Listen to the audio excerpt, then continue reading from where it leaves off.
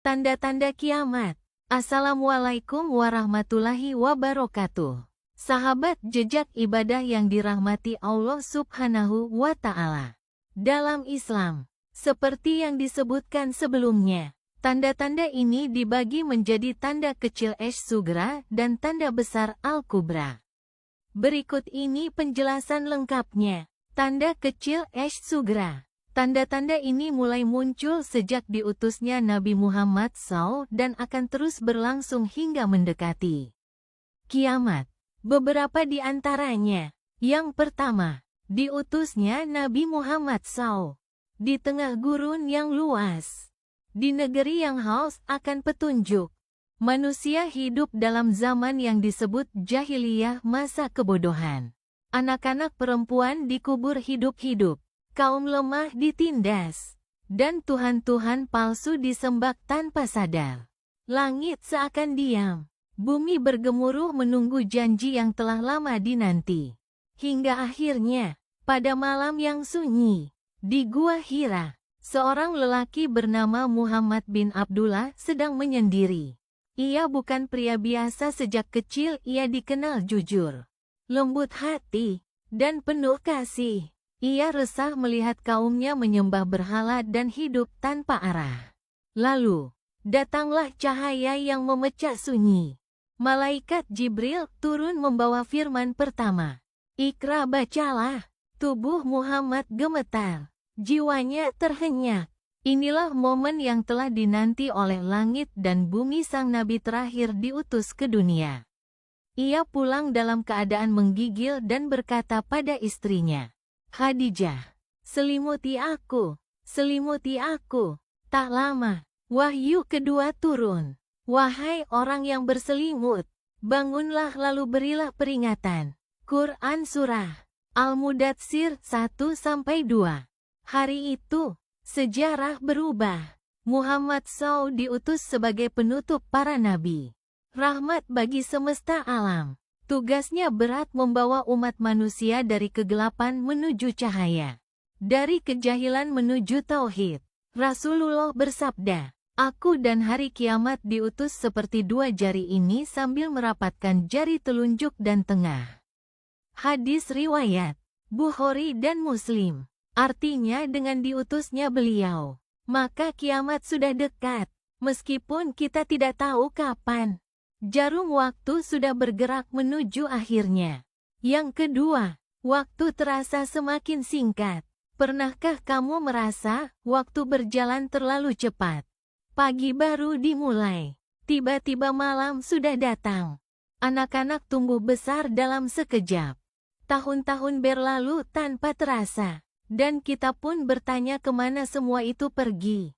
Itulah salah satu tanda kecil kiamat yang pernah disabdakan oleh Nabi Muhammad SAW. Tidak akan terjadi kiamat hingga waktu menjadi singkat. 1 tahun seperti 1 bulan. 1 bulan seperti 1 pekan. 1 pekan seperti 1 hari. 1 hari seperti 1 jam. Dan 1 jam seperti nyala api. Hadis riwayat Ahmad @Tirmidzi. Dahulu, orang-orang menunggu hasil panen berbulan-bulan.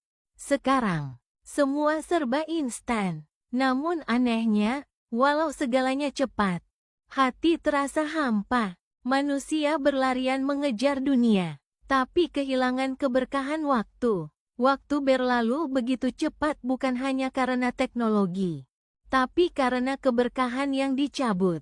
Keberkahan yang dulu datang dari salat tepat waktu, dari zikir yang tenang, dari makan bersama keluarga, kini digantikan oleh layar-layar terang dan kesibukan tiada henti. Setiap detik yang kita sia-siakan, membawa kita selangkah lebih dekat pada akhir zaman.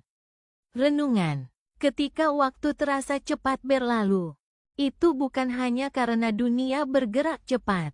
Bisa jadi, itu tanda peringatan bahwa hidup ini sebentar dan kiamat semakin dekat.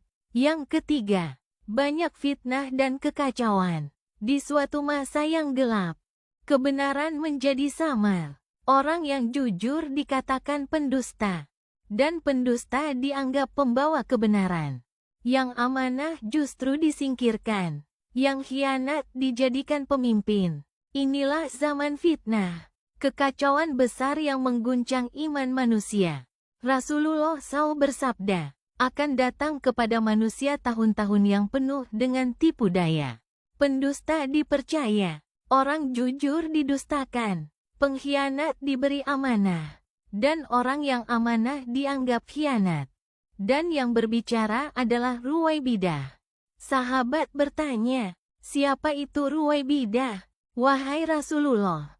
Beliau menjawab, orang bodoh yang berbicara tentang urusan umat. Hadis riwayat Ibnu Majah. Di zaman ini, api konflik menyala dari mulut-mulut yang penuh hasad. Fitnah tersebar lebih cepat dari cahaya cukup satu jari menekan layar. Dan jutaan orang bisa terbakar. Kekacauan muncul bukan hanya dalam peperangan, tapi juga dalam hati manusia. Ragu pada kebenaran, bimbang dalam beragama, mudah marah, mudah menghakimi, saudara memusuhi saudara, umat Islam saling mencurigai, pemimpin yang adil langka, dan umat pun tercerai-berai. Akan datang fitnah yang membuat orang pagi hari beriman, tapi sore hari telah kafir. Hadis riwayat Muslim. Dalam zaman penuh fitnah, orang yang tetap memegang agamanya ibarat memegang bara api. Berat, menyakitkan, dan penuh ujian. Renungan. Jangan biarkan dirimu hanyut dalam badai fitnah. Carilah cahaya dalam ilmu, sabar, dan zikir. Karena di tengah kekacauan, hanya Allah tempat berlindung. Yang keempat, munculnya nabi-nabi palsu. Setelah langit menurunkan nabi terakhir, Muhammad SAW, tidak ada lagi wahyu yang turun. Pintu kenabian ditutup selamanya. Tapi, sejarah membuktikan setelah kebenaran ditegakkan, akan selalu muncul penyeru kebohongan. Musailamah Al-Kadzab dari Bani Hanifah adalah yang pertama. Ia berkata, aku juga menerima wahyu seperti Muhammad. Bahkan aku lebih layak jadi nabi dari dia. Ribuan orang tertipu. Sebagian karena harta, sebagian karena fanatisme suku. Ia membuat wahyu-wahyu palsu. Meniru Al-Quran dengan kata-kata yang konyol. Tapi bahayanya nyata. Rasulullah SAW menyebut Musailamah dengan julukan Al-Kadzab, si pendusta, dan berkata, akan muncul di umatku 30 pendusta besar. Masing-masing mengaku sebagai nabi, padahal aku adalah penutup para nabi. Tidak ada nabi sesudahku. Hadis riwayat Abu Dawud, At-Tirmidzi. Setelah Musailamah, muncul Al-Aswad Al-Ansi di Yaman. Ia menyihir orang dengan tipu daya dan mengaku mendapat ilham. Ia mati dibunuh oleh orang-orang yang sadar akan kebenaran. Lalu Tulaihah, Sajah, dan lainnya. Zaman pun terus berjalan, dan nabi-nabi palsu bermunculan lagi. Di zaman modern, mereka tidak membawa tongkat atau mukjizat, tapi mereka membawa kamera, mikrofon, dan media sosial. Ada yang mengaku mendapat wahyu dari mimpi. Ada yang berkata malaikat turun menemuinya. Ada yang membuat kitab suci baru. Mereka semua adalah bagian dari tanda-tanda akhir zaman. Renungan. Bila suara kebenaran telah jelas, maka siapapun yang mengaku nabi setelah Rasulullah adalah pembohong. Tetaplah berpegang teguh pada Al-Quran dan Sunnah. Karena di akhir zaman, fitnah terbesar datang dari mereka yang mengaku utusan Tuhan, tapi mengajak kepada neraka. Yang kelima yaitu perzinahan dan musik merajalela. Di masa lalu, zina adalah aib besar. Orang yang melakukannya menundukkan kepala, malu pada langit dan bumi. Tapi di akhir zaman, zina justru dibanggakan. Rasulullah SAW bersabda, sesungguhnya di antara tanda-tanda hari kiamat adalah merajalelanya zina. Hadis riwayat Bukhari. Kini, Kita hidup di zaman ketika zina bukan hanya dilakukan secara terang-terangan, tapi disiarkan, dikomersialkan, bahkan dipertontonkan sebagai hiburan. Tak hanya itu, musik pun merajalela, menjadi candu yang meninabobokan jiwa. Rasulullah SAW bersabda, akan ada di kalangan umatku kaum yang menghalalkan zina, sutra untuk laki-laki, khamr minuman keras, dan alat-alat musik. Hadis riwayat Bukhari secara mualak, dikuatkan oleh ulama hadits lainnya. Batasan antara yang halal dan haram menjadi kabur. Lagu-lagu menggoda hati, liriknya mengajak pada cinta yang penuh maksiat. Tarian-tarian ditonton berjuta orang, dan dianggap sebagai budaya, bukan bencana. Anak-anak muda kehilangan rasa malu. Hubungan tanpa ikatan pernikahan dianggap biasa.